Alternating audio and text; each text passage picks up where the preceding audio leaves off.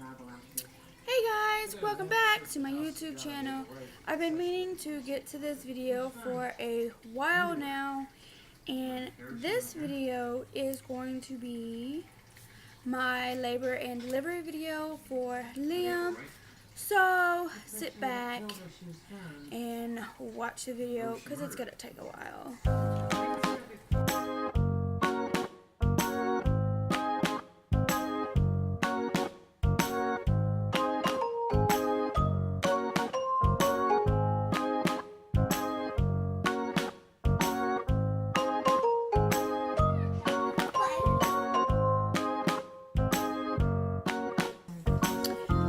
Okay, so on October 23rd, I went to my normal check at my doctor's office. It was about 9:30. I was about 37 weeks and 4 days, and I did, my urine test for like protein and stuff like that, and everything come back good. I did my weight, which all that was normal. I gained, the right amount of weight. I had a cervical test to make sure I wasn't dilating or anything like that because I was due to have a C-section. So that was making sure I wasn't dilating and stuff like that. I was not dilating. I was softening, but I wasn't open. The doctor did tell me that I was able to go a good almost 3 more weeks. And we talked to the doctor about doing my C-section for October 31st because I absolutely wanted a Halloween baby. We did an ultrasound. The measurement for my fluid was, really good. There was nothing wrong, nothing out of the ordinary. The doctor had no worries. He told me to come back that following Monday to do another ultrasound, to get my pre-admit paperwork and go to the hospital to pre-admit to have my C-section that Friday on October 31st.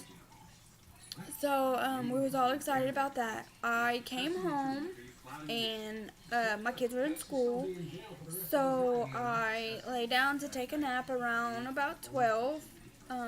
I woke up, it was almost like 3:15. I woke up and I had to, of course, go to the bathroom. So I went, and upon wiping myself, there was blood on the toilet paper. I decided to post a status on Facebook if it was normal to bleed after being, having cervical check and stuff like that. And everybody's like, yeah, that's normal. That's perfectly fine and stuff like that. Well, I called my husband and I was explaining to my husband that I just went to the bathroom.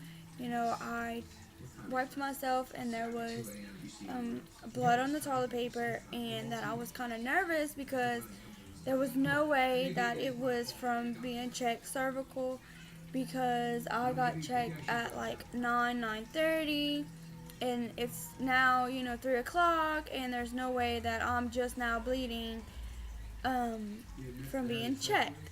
Well, he called my doctor, and my doctor told me to get to the hospital as soon as possible. And upon arriving at the hospital, we went straight to the room. I did have blood on my pad. I still had blood on the toilet paper when I wiped myself, but for some reason, because the blood was coming out, they wasn't they wasn't horrified about it. They wasn't scared. They wasn't worried. Nothing like that. Well, the doctor was there and he checked me, and I was at a 2. I was 2 centimeters when I showed up. They hooked me to the contraction monitor and stuff like that, and I was having contractions. So they put me in the early stage of labor.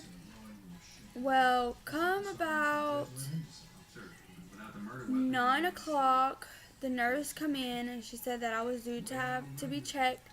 And at 9 o'clock, I was still 2 centimeters, but the bleeding had stopped. There was no more blood on the toilet paper, but when she checked, there was a little bit of blood on her hand. The contractions were still going, so they ended up giving me some medicine because, my contractions. And she called the doctor, and the doctor said that, just keep monitoring me for 24 hours, and he'll be there in the morning to check me out. And if everything went good, then I would be able to go home.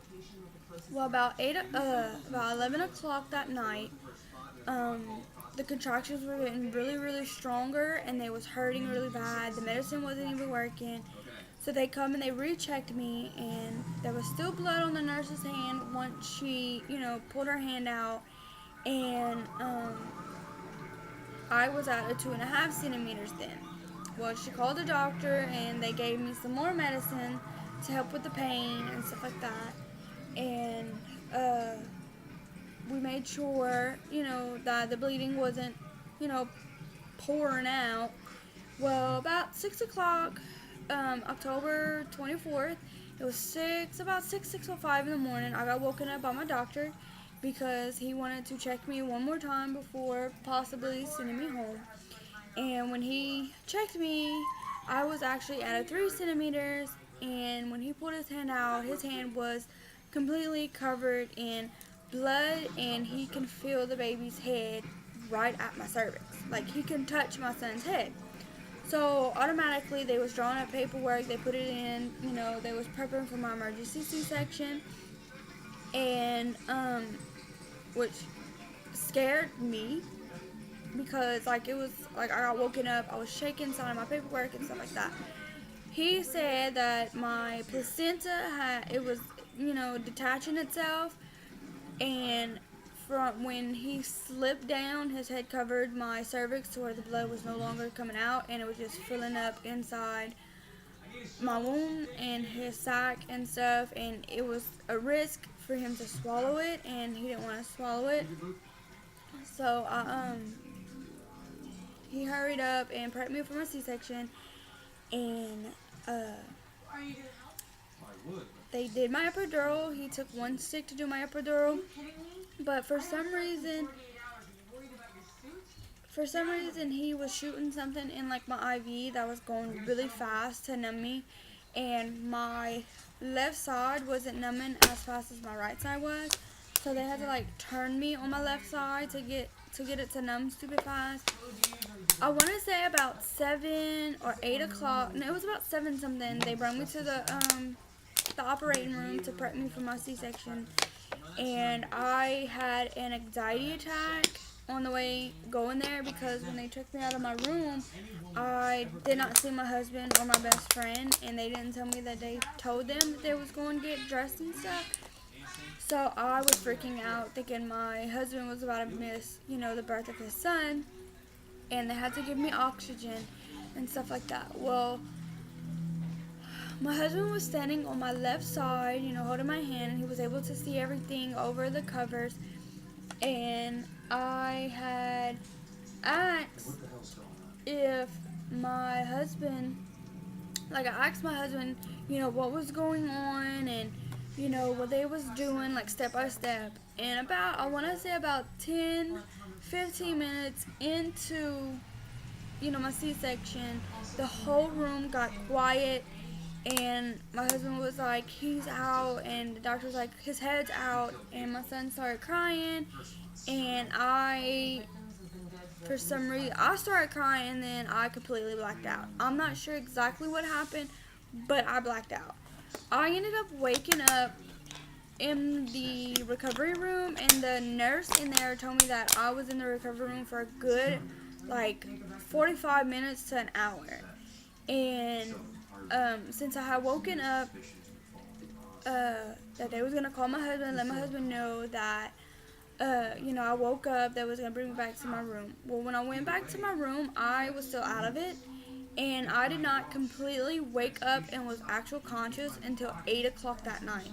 It was 8:30 that night, and with my birth plan, I refused to have any visitors except my children, my husband's granny and pop, and my mom and dad. And that is the only people I wanted there until the following day. But apparently that didn't happen, because when I woke up, I was told so many people showed up. But in all, I would have to say that even though I didn't remember anything much of my C-section like I did for Zoe's, I can pretty much say this was probably, an all-time great C-section compared to how my C-section was with Zoe. So, yeah. I got a bunch of pictures taken from my C-section and stuff, so I'm gonna post here, well, I'm gonna add it to the video, and I hope y'all enjoy. Bye guys.